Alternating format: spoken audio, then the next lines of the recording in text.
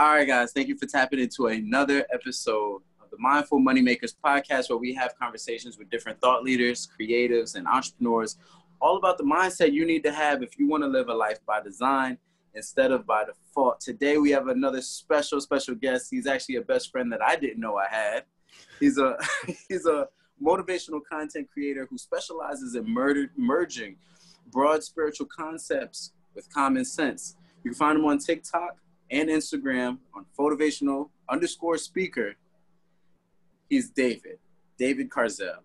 Hey, Thank you for talking with us today, David. How you feeling? What's up, man? I'm feeling good. I'm excited. I'm excited and a little terrified about your podcast, actually, just because that you said the entrepreneurial thing, man. That I was like, yo, I'm here to learn today, man. I'm very excited. I'm sure you'll do a lot of teaching because the first step to be an entrepreneur, I always say, is becoming an entrepreneur. And a lot of people don't know what that term means, but it's all about getting in touch with yourself. And I identify you as somebody who has mastered the art of building a relationship with yourself while still identifying that it's a lifelong process. So I'm glad to have you on. Thanks, man. I'm really glad to be here. Yes, really glad. So let's jump in. First thing, I want to give you an opportunity to kind of introduce yourself, like what got you started. We met on TikTok, so what was the process between you starting a spiritual journey? Where are you now and where are you headed? Cool. Great question. My journey just sort of, I think I have a very typical journey in general, I'd say. I'm an actor. I was an actor kind of by profession. It's my job.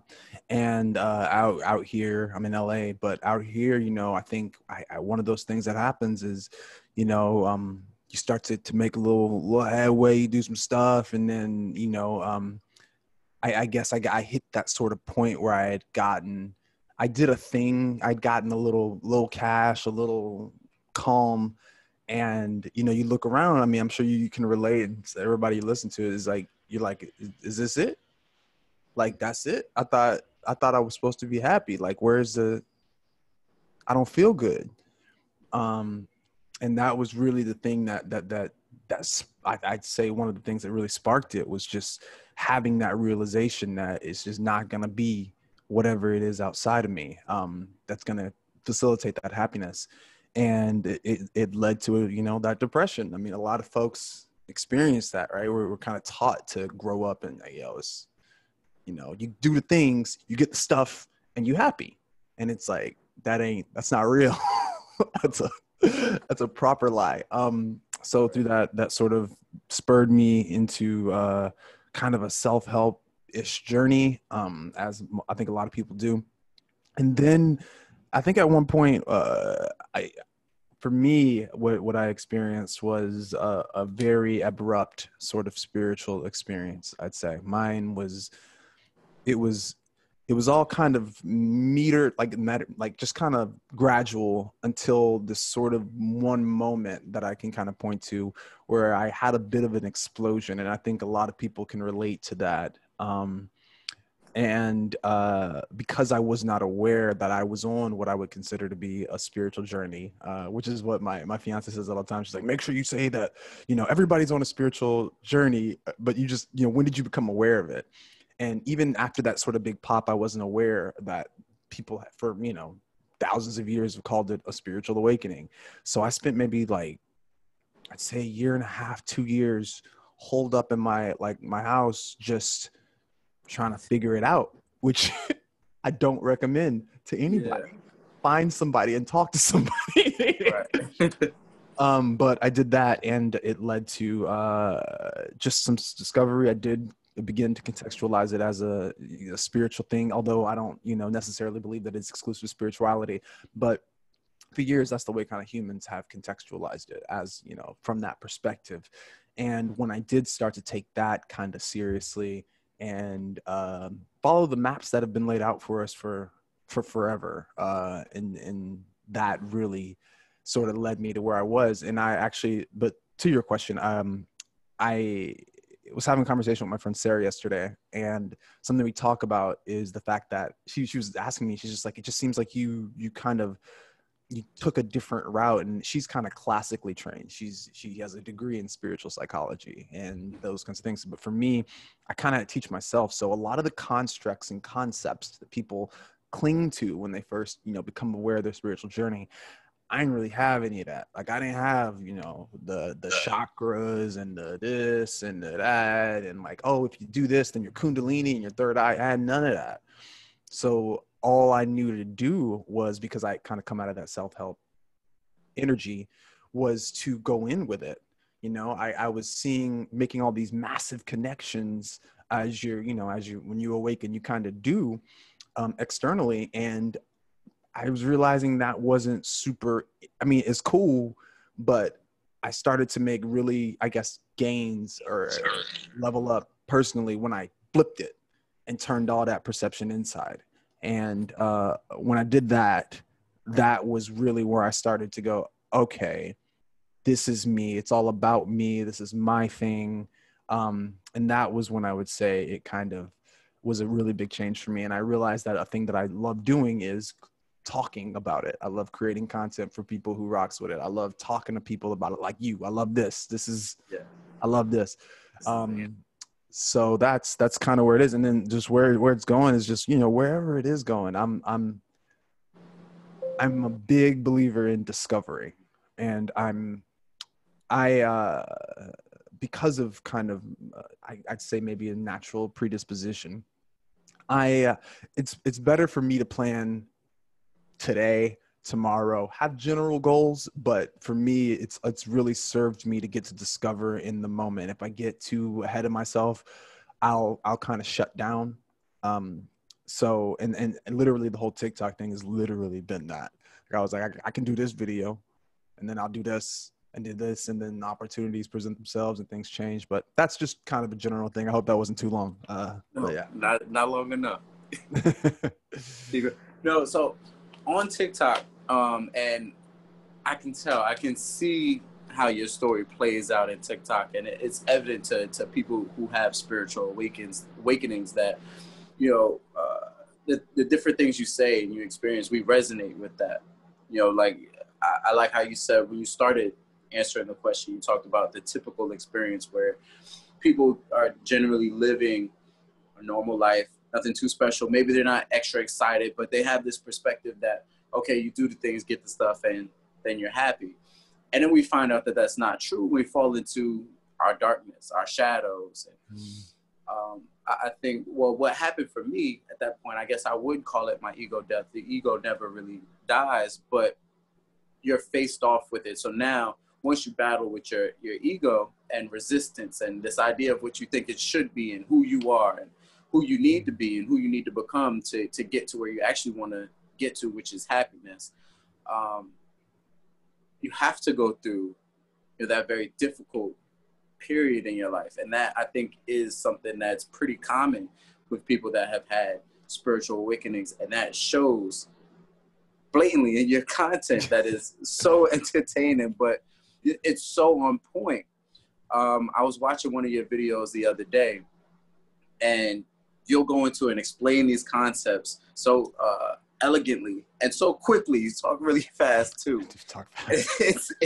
It's impressive. And I saw in the comments they said, I would love to see the blooper reel for this. And I had never even thought that maybe you have to do this a couple times. I gotta do it, man. But it's like obviously the blooper reels I look through, I have probably at least hours of bloopers, just dumb stuff. But my fiance, she's constantly hearing me, like she'll hear me and be like, I know she thinks I'm insane, but I'll have like a long speech and I'm like, okay, gotta get it. And sometimes I get it like twice, but I just need one.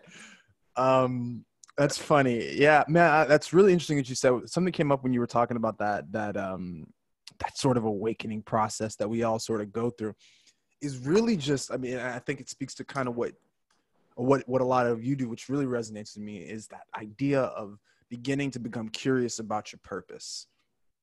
And for me, what was really helpful was when I became curious about myself, well, just generally just becoming curious about myself and going deeper and deeper and deeper. I think initially we want to go when people think about purpose and what they feel that's kind of their thing. There's a layer of like, you know, I think that some of those first layers of purpose are sort of ego driven, right? There's still, whether or not you've begun to fully contextualize, like, oh, you know, I may have had that sort of ego death, but a lot of that is still, it's still kind of floating and will be can be sort of the perception in which we view ourselves still. So a lot of the time, you know, when you are looking for that thing that you kind of resonate with, when you go to that first one, it's like, oh yeah, you know, people always said I'd be, you know, for me, it was like, you know, you be a preacher when you grow up. Like that's kind of the thing, right? But like, had I kind of stayed there, you know, that was still sort of my interpretation of what other people had told me. And what really began to help me was dropping it another layer. All right, what does that mean? Well, maybe I like talking a little bit. Like I enjoy helping people. There's an altruistic vibe there. All right, but like, drop it a little deeper. Like, okay, well, I do enjoy, I've always spoke, like I've always talked. Maybe, and for me, what happened was when I kind of had that realization, like, call mom, yo, mom, like, I've been talking for a while. She's like, yeah, you actually talked really early. Okay, that's interesting. Maybe I should become more skilled at speaking, right? Taking that seriously. That became another layer. And then dropping in again, like, yo, like I kind of enjoy a sort of teaching aspect, but like I don't feel like I'm necessarily like a proper teacher. Drop it again. And I'm like, okay, I call my buddy. I'm like, yo, like, hey, how do you like, you've always like kind of talked to me about teaching and stuff and whatever. And he's like, oh yeah, man, you have a really interesting way of explaining things. And I appreciate that. And he told me the story about how I taught like some kids how to power lift in like 8th grade. And I was like, okay, that's interesting. And just paring that down to the point where it was just like kind of the base sort of junk down there, whatever it is, and getting to know that and being sort of okay with like the fact that all of those things that I was kind of discovering popped up in various areas of my life throughout my entire life. And you can start to see like, oh, well, when I got in trouble for talking too much in school, it's not a bad thing. I was just sort of imbalanced, right? I was only externalizing things. But just like, you know, earlier we talked about earlier, is like when I began to discover these are kind of my superpowers and kind of piece things together. Well, now I just get to, I'm no longer in resistance of these things. And I'm also beginning to be myself. I can just be without judgment, without going like, oh, people are going to think I'm being preachy, or people are going to think I talk too much, or people are going to blah, blah, blah. It's just like, this is connected to me in some way. And I'm okay with that. Right. Which is, I think, why I'm kind of here. I'm glad you did. I'm super glad you did. I know that you're helping a lot of people. And it's something that people are coming to you for. So you don't have to shove it down people's throats, or that's what people are afraid of. You know, I was actually feeling earlier that you want to avoid giving advice that isn't warranted. But what we've been able to do with social media is just lay it there. I'm going to just put this here. You know, if you want it, you can take it. And then we find that so many people want it and enjoy it. Like for me, the story that resonates with me, what's coming up for me is when I started just having a whole, what was it? I just lost the words I was going to say. Like good. It's on the tip of my tongue. Don't you hate when that happens? I have conversations with my friend every week, and then when it happens, we always just take it like, it's there. It'll be back. It's there. It is there. It's stream of consciousness. That's what I'm saying. So it's a stream of consciousness. So if it hit my mind, it would hit your Facebook page, and I would just overload everybody, all of my friends and family, and I just no holds bar, like whatever obnoxious thought came, whether you liked it or not. And I learned so much about myself. I learned so much about the people around me. And I think the biggest thing was despite the fact that a lot of people obviously like unfriended me and like For sure. blocked me and ignored me, but I gave myself the opportunity to build a tribe. Now I was able to identify the people that was consistently commenting on my posts, like, yes, this is gold. Yes, I like this. I love this.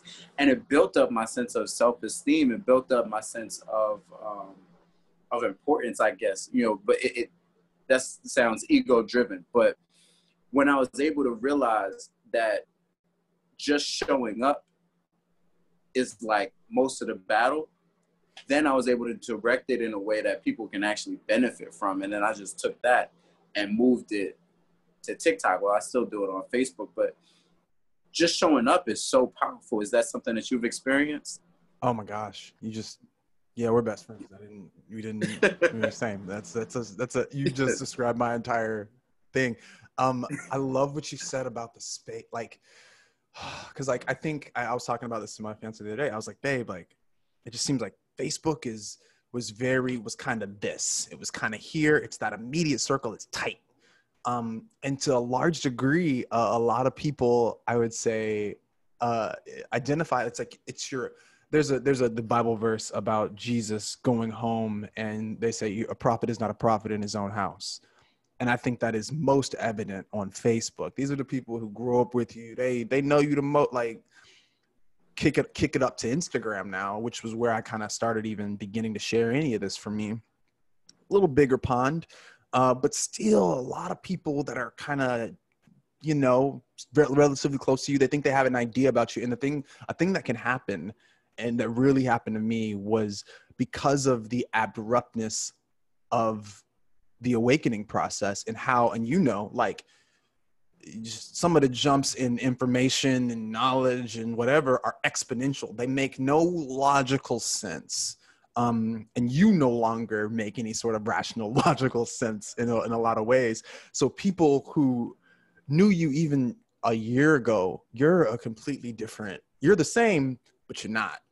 And that's challenging for people. But actually, I do want to hit on this before I go into the rest of it.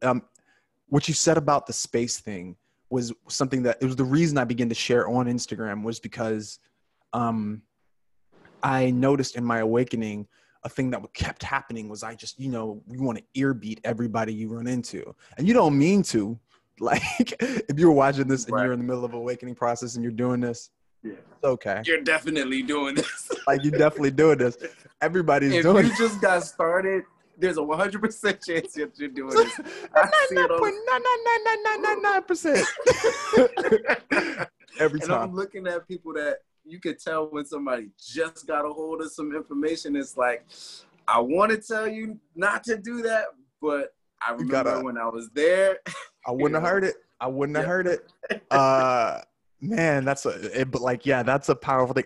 I'm literally just got a text from my friend who we kind of awakened sort of in almost literally in the same day. So we've been on a very similar journey. We've kind of parted and come back, and now we can kind of handle each other because we're kind of diametrically opposite. But something that we do, like, we just be in like public, just going at each other, or somebody else just, oh, you don't know, that ain't it. This is, and I'm just like, yeah. So don't beat yourself up, first of all, because that's a thing that everybody goes through. But what Instagram allowed me to do was create space, right? Here it is, take it or leave it. I allowed myself the space to just be like, here it is. And then it was an outlet for what I now know is something that is sort of intrinsic to me. Right. And so I didn't have to go into spaces and somebody be like, I don't know, I went to the store yesterday and saw an apple. I'm like, apple? That's like a Taurus. You know, the Taurus is like the universe, and you are the Taurus. And like, nah, I can put it out there, and you can take it if you want to. If you don't, you don't have to. But like, I think we were talking to earlier, was like, TikTok is great about that, because now it's that sort of reflection of like-mindedness.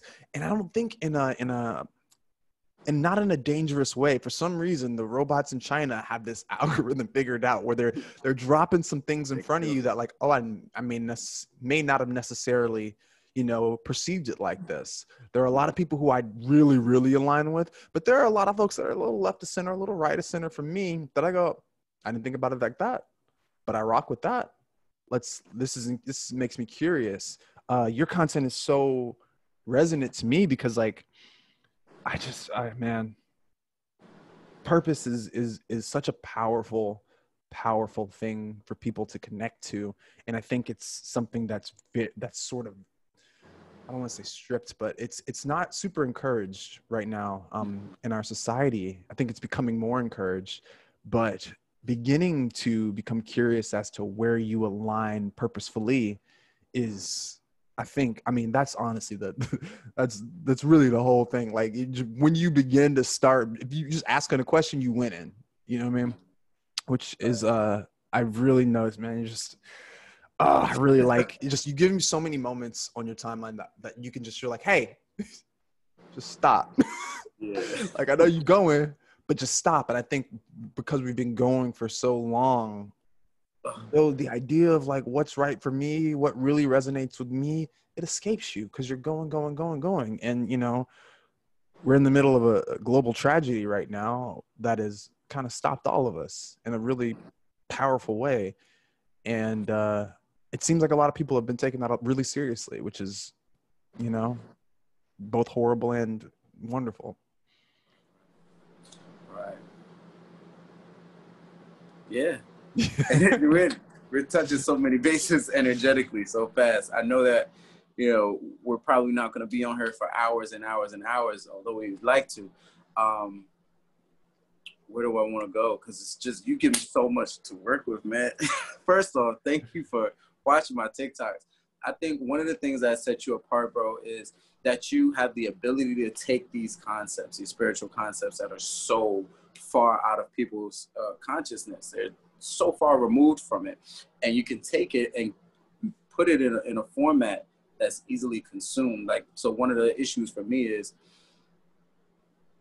boring content is boring content, regardless of what you're talking about. Like, I can sit there and I can understand what you're saying because I've experienced it, but I'm just like, okay, how many times am I going to keep hearing the same thing? But when I'm watching your videos, it's not like that. You have characters, you have, you know, context, all types of different things.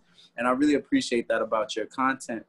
What I want to do now, though, is I want to, you know, kind of shift the intention, you know, from what has happened and what has been our experience to what is our medicine. What do we want to offer to the people listening right now? What do you think is the most important thing that somebody who doesn't really resonate with the idea that they've had a spiritual awakening, but is interested and intrigued in having one, where do you think that person should look first? Always within. I know that's esoteric, but that's the thing, not to know yourself. But yes, just in general though, I would say like, yeah, as you're looking within, I honestly,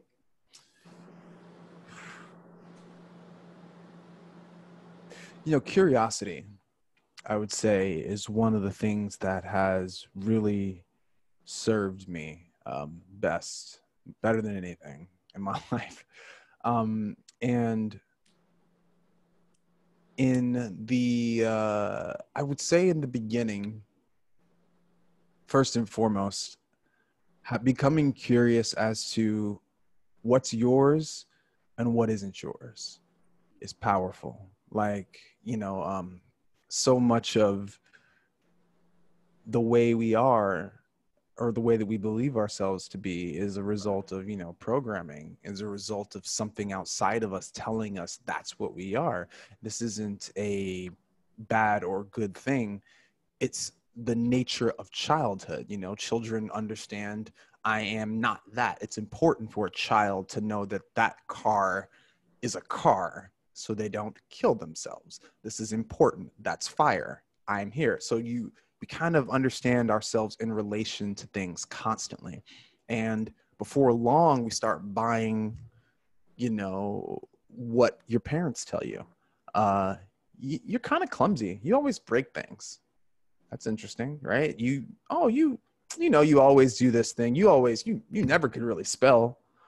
You know, you couldn't do this. And, you know, if we put you in a classroom and somebody was like, you know, don't tell that kid they're dumb, but we're constantly telling the kid they're dumb. We're constantly telling each other what we are in so many ways.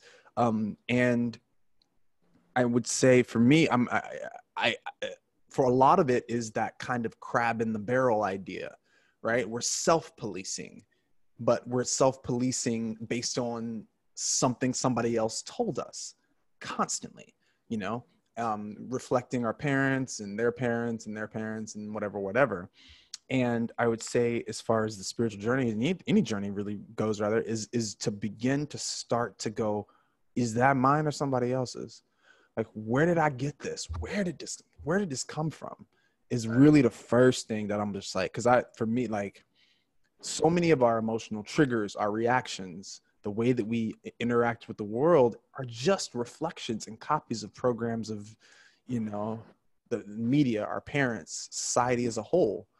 And where was I think it was the Ethan Hawke has like a TED talk or something recently, but he's talking about society as a terrible judge. It's like people are bad judges, but we give ourselves over to them. So if you are just starting, I would first become curious. And for me, that looked like my emotional reactions to things, how I was, how I was observing, how I was reacting emotionally. And a lot of my first kind of teachers and things were people consistently telling me, or rather questioning whether or not I had to have that reaction. I think so many people now feel that, like, oh, you triggered me, I'm angry, I'm justified in my anger. Like, I'm totally justified in this. And a thing that I learned was, or that I was, kind of beaten into me was that, yes, there are kind of always going to be two sides to everything, right? And the presence of choice, becoming aware of the presence of choice. And I think it's kind of overused in spirituality, but I do think it can be helpful in understanding that we always have a choice on how to engage in that, and beginning to kind of separate from that idea of identification with that emotion, identification with that thought, and beginning to just observation. Mm-hmm. Observing your thoughts and emotions is really, that's why I think, meditation is one of the best tools that we have, but beginning to observe, you know what I mean? I can do a 6-hour TED talk just on the benefits of it. I mean, for any personality type, there's a meditation that's incredibly helpful for you. But yeah, I think, the jump, I would say, is beginning to become curious as to what's yours. And that will also begin to become curious about what's yours internally, not just externally, but internally. Like, and when you begin to kind of see, like, these thoughts and these things and these emotions and these reactions when you notice that that's not you, if you can watch it, it can't be you, right? And I think that is really the thing that begins to create space for people. And if you can start to feel that, which is incredibly, I think, elevated by meditation, that's really all you need. But that's a beautiful place to start. That's the sample. How you know what I mean? Drug dealers are like, the first one's always free. You realize that there's no going back. That's the red pill. Ooh, real quick. Oh man, it just made me really nostalgic for I don't know if you felt this, but like there was definitely a point, and I think I did a video about it, but about when you kind of you wish you ain't take that pill sometimes. There's no going back, and that, but like sometimes it's just like, if you're hearing this and you're going through a challenging time, it will become better. Find you teachers, group, things that will help you integrate. But it can be challenging. I think so many people, that's why I kind of feel really called to the sort of awakening process specifically, because I understand that this can be really challenging for people, and people suffering from, different levels of mental illness.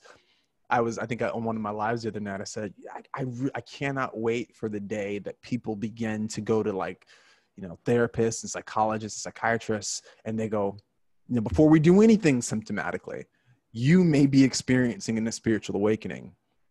Let's investigate there.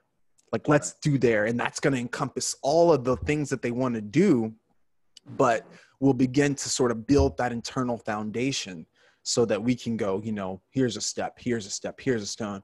And the beautiful part about it is we have Hinduism, Buddhism, Taoism, Qigong, Tantra, Kabbalah, Judaism, like all of it to be like, if you just want to try these, we could start here. And you know what I mean? You know, before we, yeah, like this is the move. And I think that's It's dope. Great. Sounds like you got a calling. I'm reading this great book by Steve Taylor called The Leap, specifically about the awakening process. And I love it because it demystifies it. It demystifies it. There are yogis everywhere, you know what I mean? Which is why we all kind of speak the same language, even though we ain't speaking the same language. When you know. And so like there are yogi, you know, LeBron, I would consider probably a yogi to some degree, like, you know, when he's doing what he's doing. And, you know, somebody who's building shelves is a yogi if they're kind of aligned. So it's all about the alignment that you have in the relationship that you have with your body, right? Amen. That's what makes you a yogi, right? Yeah. And a guru is somebody who just shines light on things that you're just not aware of. Right, that you already are. Yeah, you are. It's a reflection. It's mirror. You're doing mirror work right now. Oh man, I consider everybody on my TikTok like to be the realest. Like people I follow are my gurus in a powerful sense. And I it's such a great like sort of ego check for me too, constantly, because I don't think I follow anybody who doesn't challenge me in some way to go like, oh yeah, that hits different than the way I understood it initially. And whether or not I agree with it doesn't matter. I'm curious as to how they got there, and I'm curious about them as people. And it's just great stuff. Sorry. I think that once you understand the foundation, you know, spirituality, psychology, and mentality, mindfulness, and all these things, once you understand like the basic formulas, then you can apply it to different things. And that's when your life becomes an adventure, becomes a journey. And everybody's at different stages. But even if that's the case, you know the fundamentals. So you'll always have something to talk about. You'll always have something to build upon. And I can't wait. What part of LA are you in? I'm in Santa Monica. Santa Monica? I'm looking at you right now. I'm in Korea. Oh, that's what's up, man. Yeah, I'm pulling up. I want to ask you this though. Has your relationship with yourself and your spiritual awakening affected your creative career? So yeah. So you hit on this earlier when you talked about like, you know, boring content is boring content. For me, it's really been sort of it's obviously still a journey, but I think for a long time and something that a lot of us do is create this idea of either or, right? This is kind of a dualistic fixation. Something spirituality begins to do is integrate those two sides, and you begin to understand that. And I think creatively for me, I was like, you know, a little hesitant. I was like, I'm gonna keep the acting thing over here. Like, y'all ain't giving my stage name. Like, that's that. And then this other thing is over here. And it seems to have served me a bit better to just allow them to sort of merge seamlessly and to become curious, you know, creatively, where those, not even having those kind of distinctions, but being like, yeah, I'm an actor. Like, why wouldn't I do that? I think the thing about art that it does is, like we talked about earlier, it creates more space for people, for their egos to get out of the way, right? Because now it ain't about them. I'm not talking at you. I'm not talking to you. I'm not preaching to you. Now you have a choice. I'm giving you a full-on choice whether or not to engage in this. Do you want to engage in the story? I got a story for you. And that provides people with that space. I mean, if we look at literally all of our spiritual texts that we revere, they're all story-driven.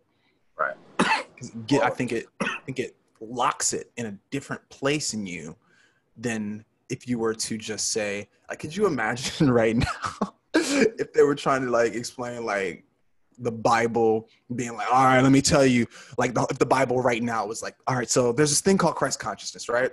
And when you do it and you blah, blah, blah, blah, like that's not gonna, like, what are we doing? That's not lasting 2,000 years. Like you can't hold on to that.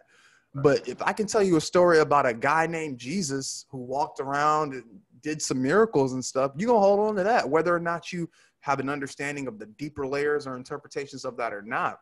Right. So because we think in pictures. Exactly. Right. You know, that's and it's funny that you say that too, because I know people that are in like the beginning stages. They're like, oh, you still read the Bible? You this, blah, blah, blah. You know, it's just allegory, right? You know, it's just this, that, blah, blah. Oh, yeah. It's like, okay, bro, like we have to get to the point where you look at the big picture. Like, what is the point? What is the intention behind the story? The intention is Christ consciousness. The intention is teaching you how to love. You know, that's the name of the game. And that's the theme of all the stories. You know, in Buddhism, is all about being one with yourself, doing things that uplift you and don't, you know, no self-doubt, no self-degradation, no none of that stuff. You get rid of all that so that you can experience a heaven, a bliss, right? Mm-hmm. So when you know that that is the fundamental of most all religions, most all spiritual practices, then you can get rid of all the little tits for tats, the little differences here, the parts where they were off, because we're talking in the context of hundreds and thousands of years ago, and it's just a different context now. None of that matters. The point is love. So I consider myself an omnist, and I think that that's the best thing for me, to be able to connect and resonate with as many people as I possibly can. That's what the whole love movement is all about. You know, it's just love. That's it. That is it. Let's not overcomplicate this thing, you know. But then we have to dive into what is love. And I'm gonna say this: if it's not unconditional, it's not love. Period. What comes up for you when I say that? Everything. I love that. That makes me so hype. If we weren't on this call, I'd be acting real ignorant right now. Oh man, 1 Corinthians. What's that? Love is patient. Love is kind. Love is. I actually have a video that was way too long that I could never condense to 60 seconds about that. But that's it. It's the whole thing, isn't it? Like I think what happens a lot of the time, and it's kind of the limitations of language, which is it's limiting. We conflate, like, you know, it's romantic love. It's difficult to get that out of your head, especially when it's tied into a hormonal change that we have that's pretty much like a hormone nuke in you at like puberty, and all you associate is romantic love. That's hard to shake. People can't shake the sexual stuff from then. Like, the love thing is also massive. So when you say love, people's minds, they just start kind of going. I think something that really flipped the game for me in the love game was it's like a Hermeticist idea, which is the divine love is another word is divine care. The idea that things that as in, what do you care to do? What do you care to place your attention on? So from a little bit of an esoteric perspective, a tree only cares to place his attention on being a tree. Air only cares to place his attention on being air, right? Can you imagine if the oxygen in this room suddenly was like, not for me, I'm in trouble, right? So I think when that relates to us in purpose, in entrepreneurship, in everything, is we have so much stuff obscuring sort of what we are innately caring about, what we innately love, what we love unconditionally, that thing that you do. And I think when we start to get curious about that and start to notice, like, you know, what are you caring to place your attention on? What do you love? well, then that love becomes unconditional, right? Like that's when we start to move into, because I care to because I love placing my attention on making whatever videos, I'm patient, I'm kind, right? You begin to align with those attributes, because if you want to continue doing what you love, you really don't have a choice. If I want to, if let's just stay in the TikTok zone, if I want to keep doing that, if I, when I upload a video and it bombs or whatever, if I'm not patient, if I just need it now, well, then I'm done. Then I'm tapped out, right? If I'm on TikTok just being rude to people, like, blah, blah, if I'm not being kind to others or kind to myself, I can't continue to do what I love to do.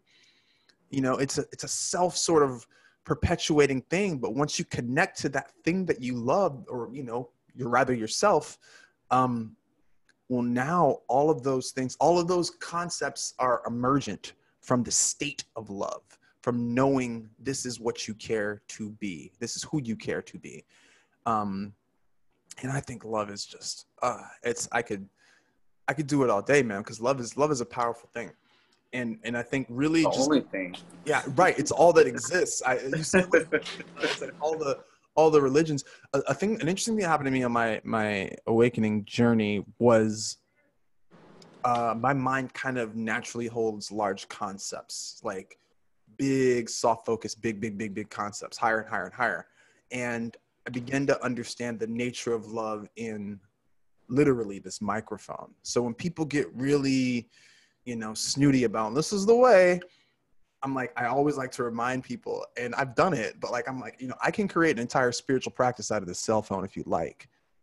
We live in a fractal. It's all, it's one thing. And it doesn't need to be, anything. What we're dealing with is one thing. What I want you to do is to come back into now, and come back into you, and come back into this. Because all of the other stuff is just pointing you in the direction of you. If it's useful, it's gonna go. What's your deal? But it's all about love. That's it. And I think that the biggest challenge and the biggest objective of my life is learning to love more, learning to give more, and not giving with the hopes of receiving, but understanding that everything that I receive is just an indication to me, a reminder that you've been giving. So here's this thing, receive this thing. And then when I also have the opportunity to give, it's a reminder that I've received something. So I'm even in a position to give in the first place. I went food shopping this morning, and out in the parking lot, this homeless woman was knocking on my car door window, and my initial reaction, I don't got it. I don't have cash. And it's true. But she didn't go away. So I ended up winding down the window, and she asked me if she can come in the store with me so that she can buy some cereal and some peanut butter. Right. Yeah. So I'm like, all right. Reluctantly, I'm like, all right. Go in there. I only wanted to get like some bread, some milk, and some eggs. But she wanted some peanut butter and some cereal. That's not too crazy. We can do it. At least she wants to eat. It's not cash, even though that's none of my business what she would do with cash. But at least it's not cash. Go in there. She says, you came to shop too. In my head, I'm like, no, I just came here to meet you. But I said yes. And she was like, all right, go get what you want to get, and I'll just meet up back with you. So I'm like, all right. So I go get my stuff, and I bump into her in the bread aisle, and she has a basket full of stuff, bro. Her basket is full. So I'm like, oh, okay. So this is one of those. This is one of those moves. All right, cool. Again, initial reaction is like, she's trying it. She's definitely trying it. I'm gonna have to say something. Like, if this isn't okay, I'm gonna have to say something. I have to stand up for myself. I'm gonna have to have strong, healthy boundaries, or whatever the case is. But I didn't do that. Someone's like, bro, just pay for it. And I bought her all the food, and I felt the energy of resistance more so that the entire time, but she was very pleasant. She was very appreciative. She said, I love you like 15 times. And I get it. I love you too. I never miss an opportunity to say I love you. because that's the name of the game. But I think what's important about the story is after it was all said and done is I realized that I had an opportunity to stretch my abundance muscle. I had an opportunity to overcome that feeling of scarcity, that restriction, that limitation that says, no, hold on to it. Like, no, fight against this feeling. Like, no, and I got an opportunity to tell myself, to reassure to myself that, yes, I do live in abundance. Now what? Now what you gonna do? I do live in abundance. So I became grateful. I became grateful for the opportunity to give. And I also was able to accept the perspective of, well, you had it to give in the first place. You could have not had any money, right? So it was a gift to me that lady knocked on my car door window this morning. And I think that on the other side of your ego is the opportunity for everybody to have experiences like that. I forgot what brought that up in me, but that's it, man. The abundance thing is powerful. That's something that I find myself having to remind myself and come back to constantly. I think it can be really easy to settle into that idea of scarcity. It's kind of like a trap. Like it's for me. It's really interesting. You even brought that up because I think also moving into doing more entrepreneurial things, that's something that constantly comes up.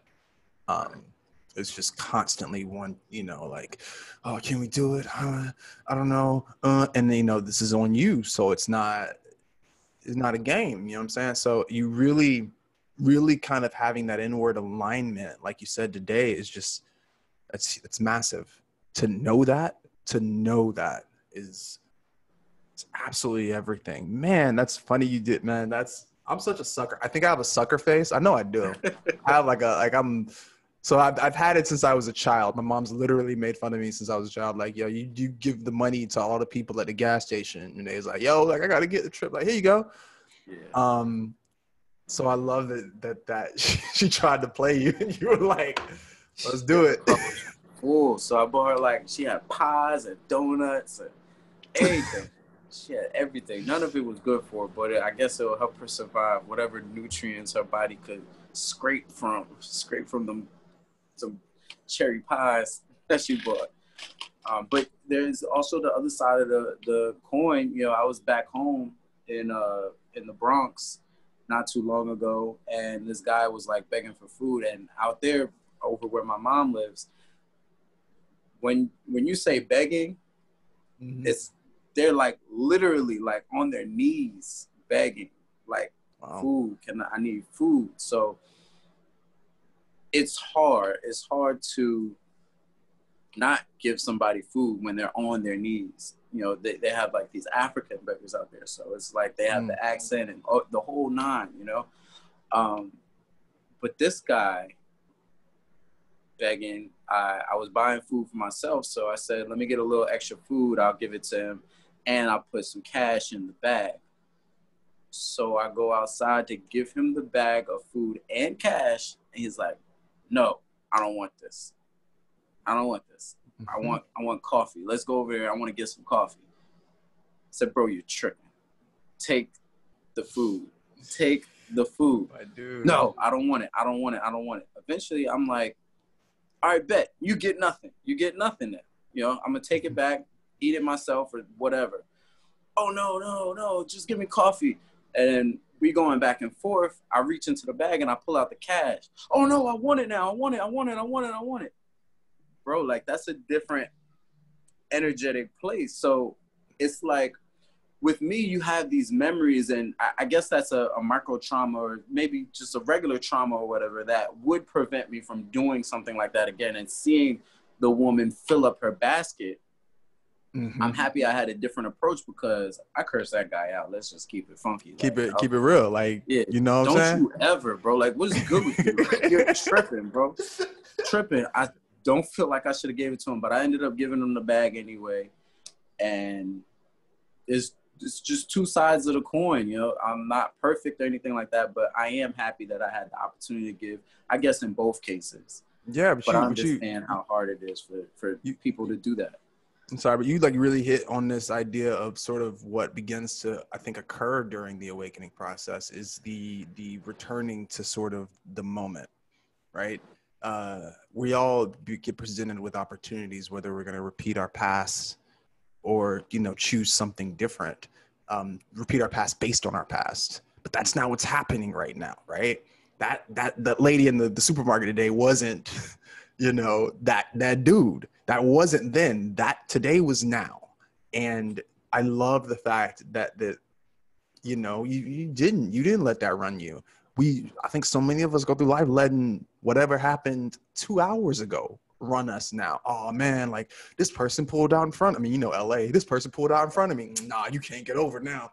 Like, you know what I'm saying? So letting that go is such a powerful lesson. And also a lesson I'm guessing that is necessary when you're doing anything entrepreneurial and starting a company. Like if you stuck on something that happened on a call 10 minutes ago, you can't focus on what you got to do right now. You know what I mean? You got have personal issues, and it's very easy for personal issues to drip over and affect your business. I've learned that firsthand. I've, you know, destroyed an entire business. The entire business just collapsed because my focus was snatched, you know, by a personal relationship. So I try to be as proficient and effective in my personal life because I know that I need to show up and be available for my business, not even be a powerhouse or anything like that. But I know that at any given moment, I'm going to see an opportunity to grow my business or have something on my schedule that, like, for instance, if I had just gotten in an argument before this conversation, it could have affected the energy, you know? So it's so important for me to be aware of my thoughts, feelings, and emotions at all times. And it's kind of like a job, but it's so worth it, you know, for in entrepreneurship. I always say that if you want to become an entrepreneur, it's imperative that you become an entrepreneur first. And this is why. You've got to be at a certain place emotionally, because if your world is controlled by your external, you know, you're controlled by your external experiences, then so is your business. And your business not only is your business, your mission and your purpose, but guess what? Let's keep it funky. It's also your income. So if you let the world control how you feel and how you act, you might starve. So let's not do that. Let's not do that. Yo, that's, you know, honestly, I knew that, but I knew that, but that's a bar. Like, I'm not going to let people, you don't control. Oh, that's fantastic. Yeah, that's it. That's the thing. Like, oh, wow. Yeah. I'm sorry. I'm just really hype on that. That's a really great way of putting that. Cause I'm always kind of like internally, but like, yeah, dude, like, I'm not going to let you control my business decisions, how I eat. Like, that's proper insane. You're absolutely right. Wow. I'm sorry how you feel about it. I mean, sometimes it might seem callous, but I think that it's the best thing, not only that you can do for you, but it's the best thing that you can do for other people around you, because you now give them the opportunity to take responsibility for their own energy field, their own thoughts, feelings, and emotions. And when you do that and they get that practice in, they become stronger and they're not affected by certain things as easily, you know? But we have a propensity, we have what is called, well, we consider it to be empathy or sympathy. I don't know which one, but what we do is we take other people's stuff on. We take that burden, we internalize their stuff, their experience, so that they don't have to, so that we can feel like we're helping someone, so we can feel like we're compassionate. But really, you're just taking their opportunity for growth away from them, because you take the blame, you take the responsibility for their feelings. And I don't think that's doing anybody a good service. You become a crutch. I love that perspective. Speaking as a recovering, like, empath, yeah, that's a recovering empath. Yeah, like all that.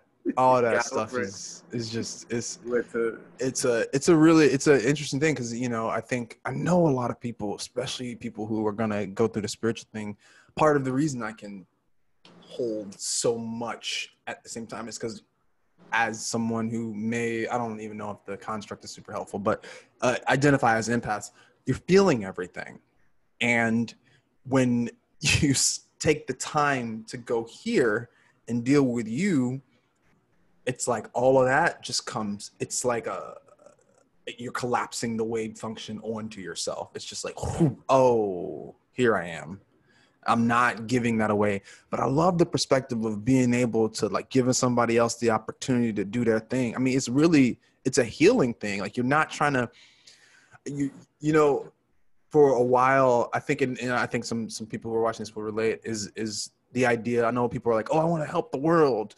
I want to save, and like a lot of it feels very that kind of misguided, empathic, like I'm just going to take on your stuff. Oh yeah, I'm going to take on your crap. Oh, I'm going to take on, you can't do it. Can't help anybody like that. You got to take care of yourself first. It's got to be about you before we do Have to give from your overflow. anything. Oh, yes, right? Give from your overflow, 100%. Must give from your overflow. And notice when your cup is running low, you know what I mean? And take that time. I think, especially for entrepreneurs, and I'm new to the whole thing too. It's important to understand when your cup is low. Like take a look, like feel that. What do you need? What do you need to do for yourself to make sure, that you can continue to do what you want to do? That may be, breaking a schedule, changing an appointment, moving things around, and being okay with where you are. I did a thing for my Patreon today where I was talking about how I was comparing myself. I've been kind of exhausted for whatever reason for the last few days. I'm usually an early riser, 4:30 is just because I enjoy that time. But I, for some reason, just was dragging. The mornings were dragging. And I was like, I can't move. Not writing. I don't know what the deal is. And then this morning I woke up and I was like, it's not even about all that. I'm being resistant to what is. What's happening right now is the energy is whatever it is. I'm wanting it to be something that was back then. I wanted it to be, what it usually is. But the second I let that go and came back to right now, I was able to recognize like, okay, what do I have? What can I do right now? What do I want to do? End up having one of the most productive days I've had in recent weeks because maybe it was just time for some things to shift, and being okay with that has been really, really powerful. But just recognizing like, cup a little low. Take care of yourself. What's your deal? It's a powerful, powerful lesson. Absolutely. Yeah. And being able to identify that, I think is huge. Actually, I got another story this morning. I hadn't meditated in a while. I hadn't meditated in a while. I always knew that I needed to, the idea is that you do it every day. And sometimes we wait till it's too late to meditate. And it wasn't too late for me today, but I realized how much anxiety that I was feeling that I wasn't acknowledging.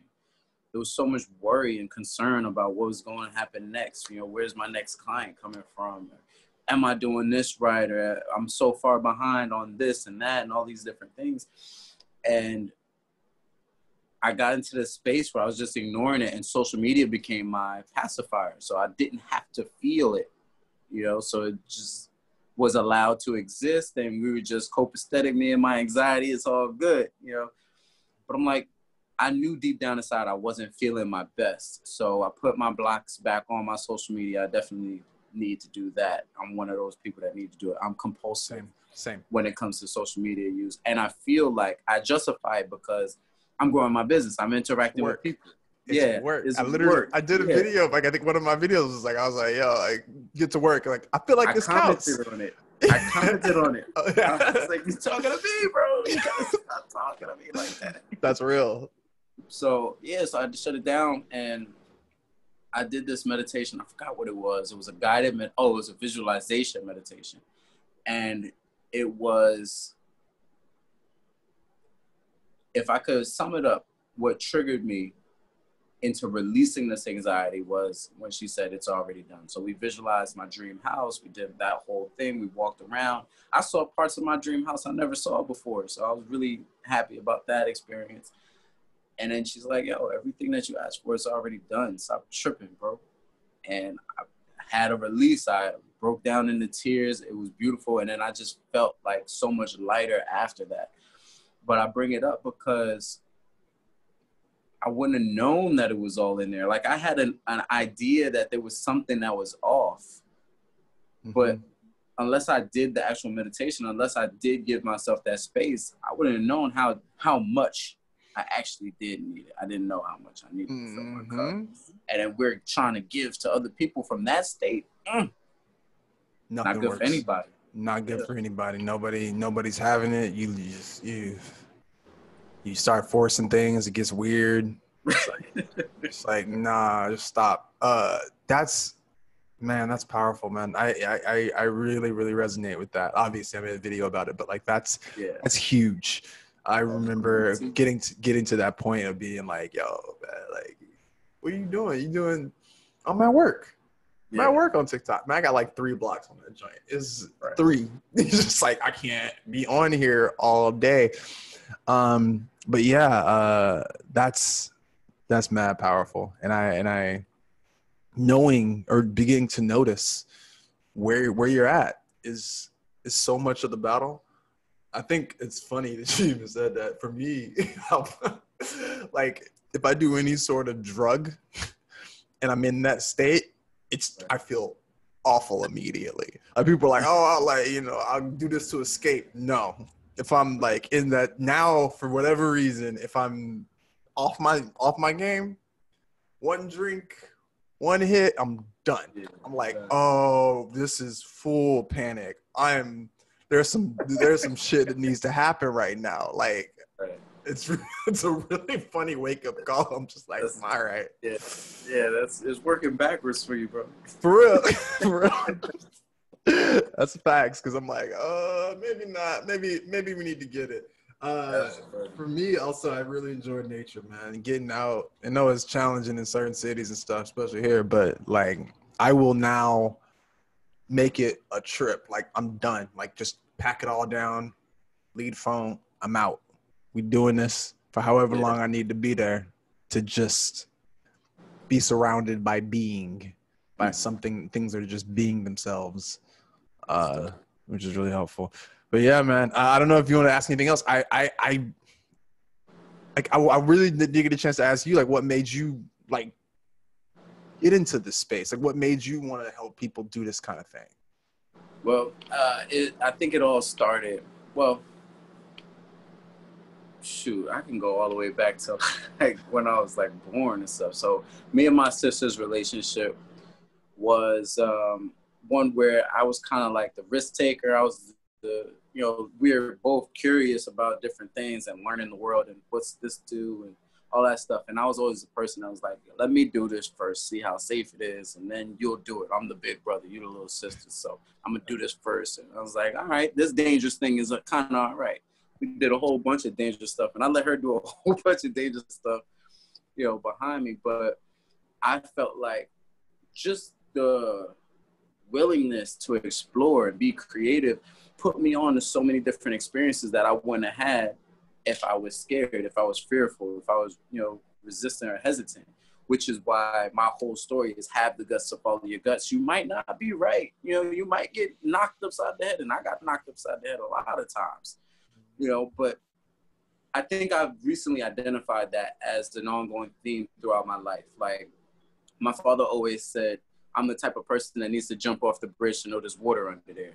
And I think he's right. I'm not just going to take your word for it. I'm going to Google that shit, I'm going to Google it, or I'm going to go see for myself. So I went to the school I wanted to, despite my father's advice and my friend's advice.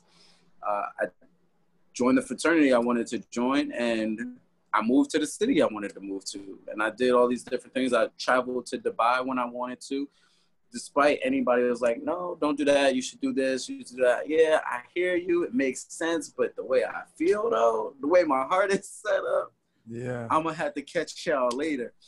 And I think that has led to some of the most rewarding experiences that I've ever had. And I was able to take that and pair it with this experience that I had. I was running my first business out in Idaho. Well, that's where the opportunity was. So they flew me out to Idaho. And I was running my own business, but essentially I was a sales manager. I hired and trained individuals to sell direct TV inside of big box retailers like Costco, and they have Fred Meyers out there. And I learned that I had this ability to look into people, you know, beyond what they were consciously aware of, find their best qualities, bring it out, and give it back to them so they felt more confident. You know, they felt, you know, they had less self-doubt, and I was able to conquer that in them. I wasn't spiritually aware at that point, but I felt like I was something like a hype man. You know, I was, hey, you did that. You killing that. Oh, you looking good today. You sharp. This, that, another, whatever. And I saw that the effect turned into sales success for them, right? Mm-hmm. Didn't really love DirecTV, but I loved having that ability to empower people and really help have them believe in themselves. So after some years, that stopped in 2015. After some years of like just doing things for money, trying to figure my own thing out, I heard a voice and it was like, now's the time. You know you want to be a coach, bro. Stop trying to trick yourself into thinking you should be doing social media marketing or, you know, brand ambassador work. All that stuff is great. It's fun. I don't have any complaints about it, but I dropped everything and I was like, okay, this has got to work now. And I just went into coaching. Also, earlier in the conversation, you was talking about after you swallow that pill, that red pill, sometimes you want to spit it up, you want to go back. After I left that first business, that's exactly what I wanted to do. Skip this entrepreneur stuff. This is ridiculous. I was depressed. I went through I had suicidal thoughts, all types of stuff. I was alone. I was in Idaho. When I came back home from Idaho, all I wanted to do was work my little 9 to 5, have my little job, have my little beer on the weekend, my little friends. That's it. Don't bother me. But that job just was not fulfilling at all whatsoever. It was monkey work. They had me selling, I was working for Verizon. They had me selling screen protectors to old ladies with flip phones. And I was like, oh wow. Okay. Well, yeah. I was getting reprimanded for not doing that. That's what I should say. Why didn't you upsell her? I was like, she has a flip phone. What am I going to sell her? Well, you could have gave her a universal screen protector that she has to cut out on her own. Stop it. And put it on her plastic screen. She doesn't even have a glass screen. So I'm like, it's a dub. It's a dub. Mm-hmm. So, I mean, long story, kind of still long, but not as long as it could be. That's what inspired me. I wanted to be the person that I needed in 2014 when I started my first business. And I was not aware. I was showing up thinking that this was all mechanical. Mm-hmm. You know, this is all what you do and doesn't really have too much to do with who you are.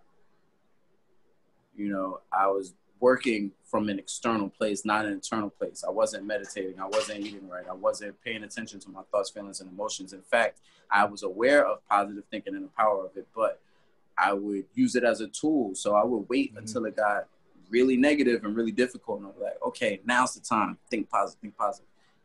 Always too little, too late. And I want to be the reason why people understand that that's not the way. You've got to do the work on a daily basis. You know what I'm saying? You've got to love the transformation and the inner journey and the growth that you experience as a person will translate into business growth, you know? Yeah. Whole lot. That's glorious, man. Like you just always, it's always about you, man. I just love the fact that you really recognize that you, I think we both kind of connect on that. Like I wish I had me while I was going through this. Like I wish I had this me. I clearly did, but like, man, if somebody out there would have been like, hey man, you got this. You good. There's just I think people need to know that too. You do have you right now. Right. You only have you right now. And that you'll always have your own back, which is great. I don't know if you know, like you could probably tell now, like everything that was happening that got you here. You know what I mean? There would be no me now if it wasn't for me back then. Yeah. And that experience, which is, it's kind of crazy. So it's like everything happens for a reason, but then you jump back into other people's lives, and it can get really complicated if you're not focused on the fundamentals, and just applying them in different ways. I don't know what I'm actually saying right now, but it's just, I guess I'm just channeling it. It's just coming through me. But there's so many ways you can pick out contradictions, I guess, if you're looking for them, So I try to stick to a couple of concepts, like we're all one, love is the focus, things like that. Just keep it simple and kind of just approach the world with that standpoint. I appreciate Even that. though there's like a dual thing, like we're all one, but yet I'm not that couch, but I am that couch. My father is greater than I. Like, that's right. real.